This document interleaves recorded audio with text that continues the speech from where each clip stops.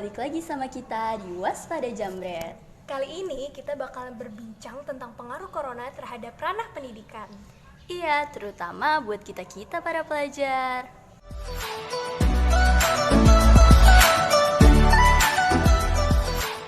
Kenalin dulu nih, gue Jihan Melanisha Putri. Dan gue Nisrina Aliahana. Kita kan udah lama banget mengikuti anjuran pemerintah, yaitu school from home atau pembelajaran jarak jauh yang mengharuskan belajar dari rumah, nugas dari rumah, dan ulangan pun dari rumah. Ada kabar terbaru apa sih tentang sekolah? Wah, yang gue denger nih, kita bakal baru masuk sekolah lagi tahun depan. Kata Pak Kamil sih Januari 2021. Oh ya? Wah, lama banget. Berarti bisa jadi kita masih melakukan school from home ya? Iya Ji, sebenarnya nih secara pribadi gue agak takut ya sama wacananya. Soalnya kan tahun ini gue insya Allah naik kelas 12 nih. Dan setahu gue semester pertama kelas 12 tuh bener-bener dipakai banget buat belajar. Semester 2-nya tuh udah tes-tes gitu. Jadi ya gue khawatir sih kalau baru bisa masuk Januari nanti. Soalnya kan kalau ketemu guru langsung tuh lebih enak ya. Menurut gue bisa nanya-nanya. Nah, bener banget nak. Apalagi kita sebagai pelajar yang sebentar lagi kelas 12 banyak banget persiapan untuk ke arah perkuliahan. Dengan kondisi PJJ yang mengharuskan kita di rumah jadi tantangan sendiri ya. Buat kita untuk nyiapin apa aja yang kita butuhin kayak konseling jurusan kuliah atau les.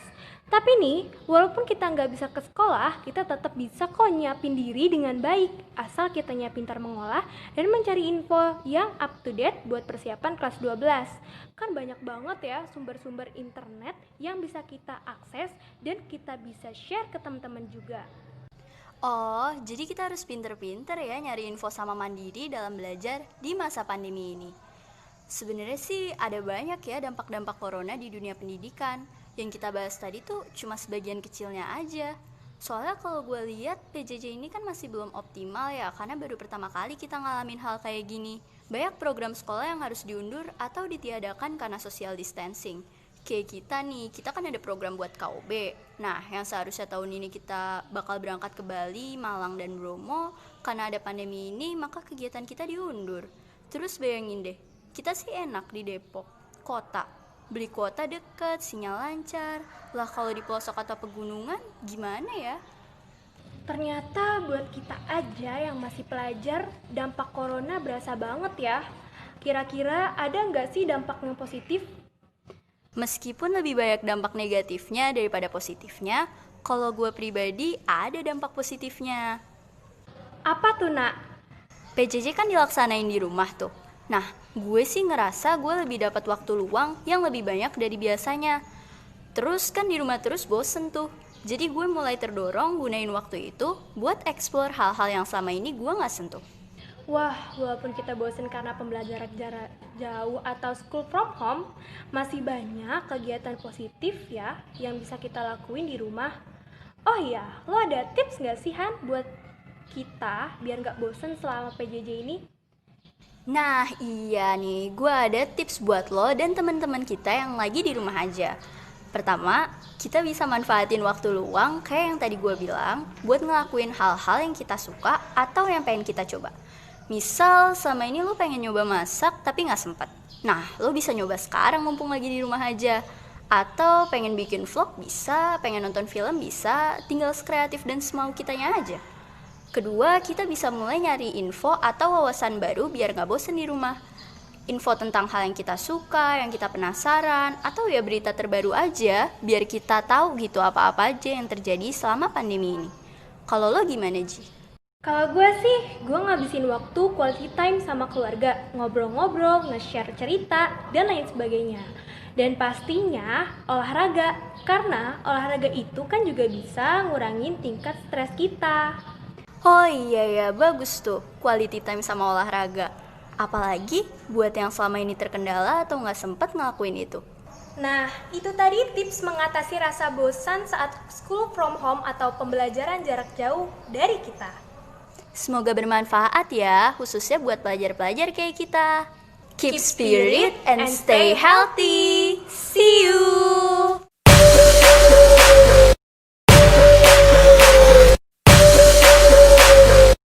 Hai, aku Bulan. Aku Valda. Selamat datang di podcast Budak. Bulan, Valda, kuy. Yeay, keren openingnya.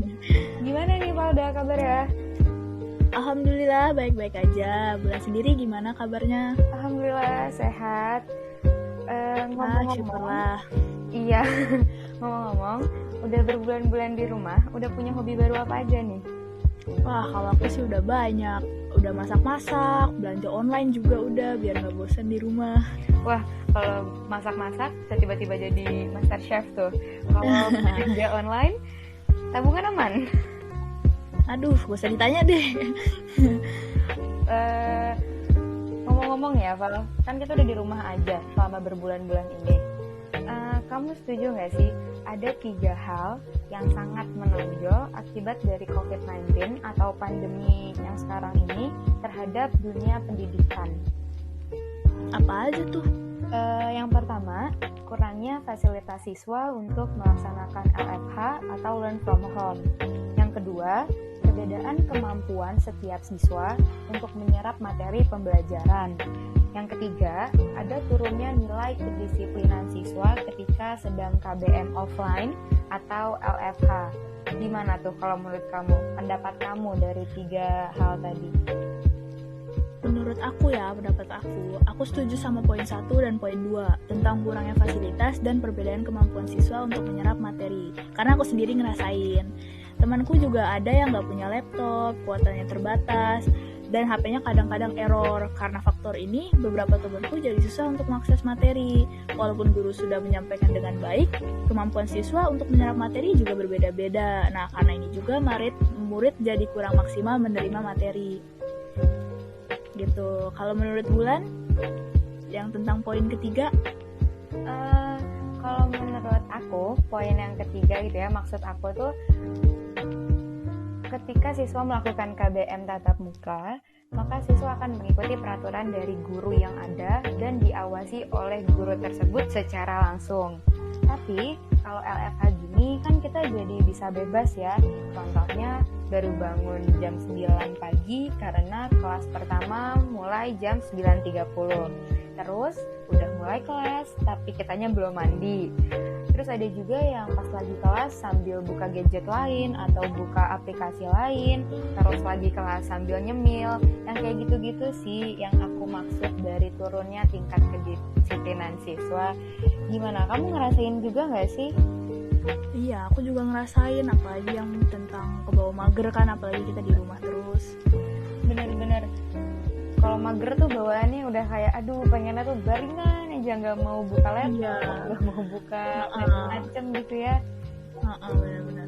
Oke deh, berarti kesimpulannya KBM tatap muka itu jauh lebih baik untuk mengatasi beberapa kendala dan untuk menghindari beberapa dampak yang tadi ya.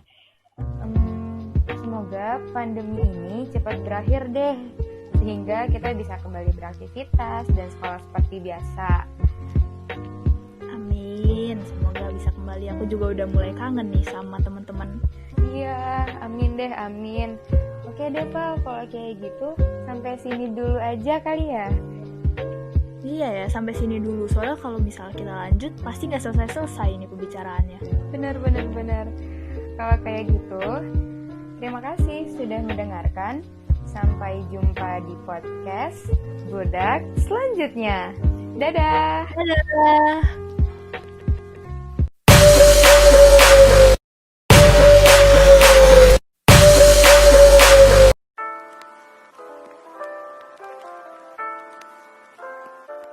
Hai, selamat datang di podcast kami. Gue Natasha dan Gue Diva. kami berdua dari 11 IPS 1. Pertama-tama, kami mau berterima kasih banget buat OSIS SMA 6 Depok atas kesempatan ini dan udah ngadain nama podcast dalam perseni tahun ini.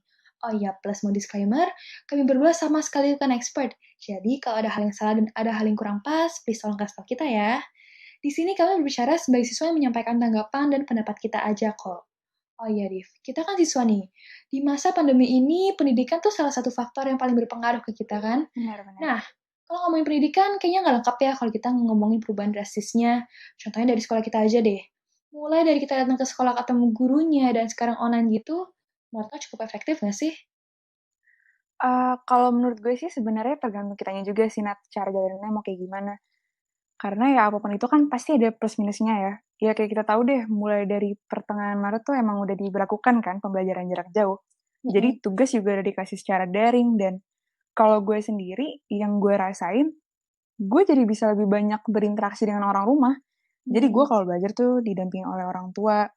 Tapi itu, kita kan tahu nggak semua orang tua tuh ada di rumah dan bisa dampingin anak-anaknya belajar kan. Ada yang masih kerja juga, dan jadi takutnya tuh kurang terkontrol gitu. Terus waktu itu gue sempat lihat berita, jadi tuh ada guru SD di Sumeneb, itu di daerah Jawa Timur, itu ngajarnya dari rumah ke rumah, karena murid di sana tuh banyak yang nggak punya HP ataupun laptop, Nat. Oke. Jadi itu sih permasalahannya. Iya, Kan iya. biasanya kita ke sekolah pakai buku gitu. Dan soalnya nggak semua pelajar tuh punya fasilitas yang memadai untuk pembelajaran secara daring.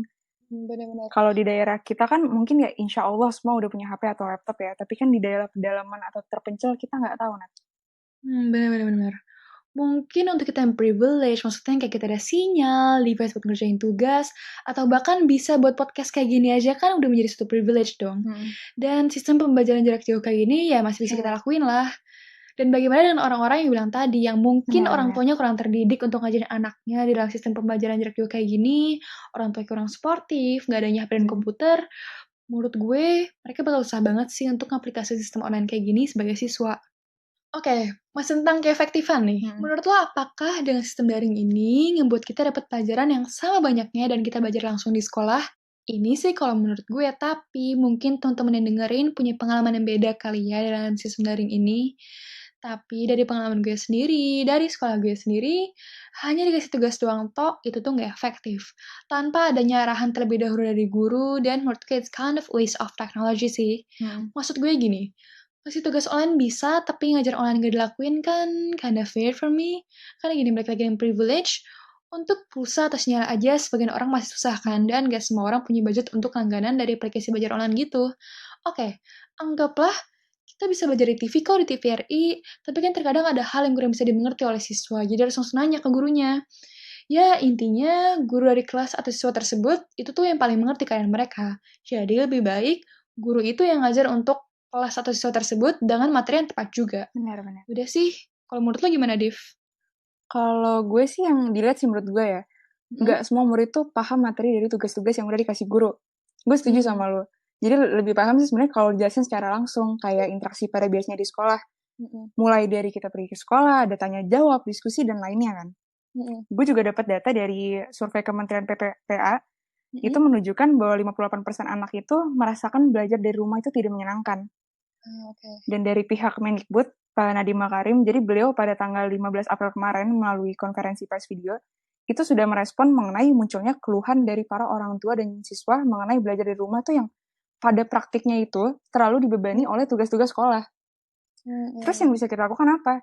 Ya kita sebagai generasi muda saat ini harus selalu siap dan cepat beradaptasi menghadapi segala perubahan yang ada gitu. Dan gue sih berharap pemerintah tuh bisa mensupport mungkin dengan mensubsidi atau menggratiskan internet para pelajar atau memperluas jaringan untuk mengupgrade pembelajaran jarak jauh ini sampai ke daerah terpencil. Karena semuanya harus rata kan. Mungkin dengan bekerja sama dengan provider atau apalah gitu. Jadi anggaplah ini tuh sebagai tantangan di mana dari pelajar maupun pihak sekolah itu harus selalu siap. Mau tidak mau. Setuju sih. Ya, semoga pandemi ini cepat selesai dan kita semua bisa ngelakuin kegiatan kita kayak dulu lagi. Oke semuanya, makasih banget udah dengerin. Semoga kita semua selalu sehat dan be safe ya. Gue Natasha dan Gue Diva. pamit undur diri. Dah.